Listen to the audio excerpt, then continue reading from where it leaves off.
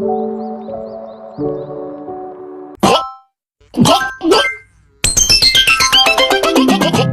vagina. Raden Ajeng Kartini lahir di Jepara, Jawa Tengah tanggal 21 April 1878. Pupusna tanggal 17 September 1804 waktos babaran putra Cikalna. Caroge Raden Ajeng Kartini nyaeta Raden Adipati Joyodiningrat salaku Bupati Rembang. Pendidikan Raden Ajeng Kartini nyaeta ELS satingkat sareng sakola dasar. Prestasi Raden Ajeng Kartini nyaeta ngadeukkeun sakola pikeun wanoja di Jepara sareng di Rembang.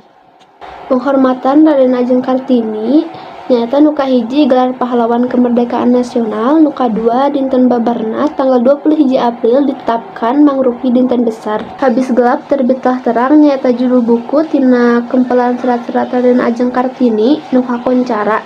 Serat-serat nu diseratkeun kanggo sobat-sobatna di negara Belanda eta saterasna janten buku Sakumaha Agengna Kahoyong tina Kartini pikeun ngaleupaskeun kaumna tina diskriminasi nu geus ngabudaya waktos zamanna.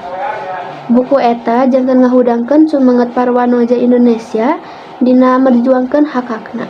Perjuangan Kartini teu ukur diserat di luhur kertas, tapi dibuktikeun ku ngadeukkeun sakola gratis pikeun anak gadis di Jepara sareng di Rembang. Waktos eta Raden Ajeng Kartini nu lahir di Jepara, Jawa Tengah tanggal 21 April 1878. Saleresna estu mihoyong tiasa ngagaduhan pendidikan nu langkung luhur. Mu mangrupa kabiasaan sareng waktos harita ngajantenkeun anjeunna henteu diwidian ku sepuhna.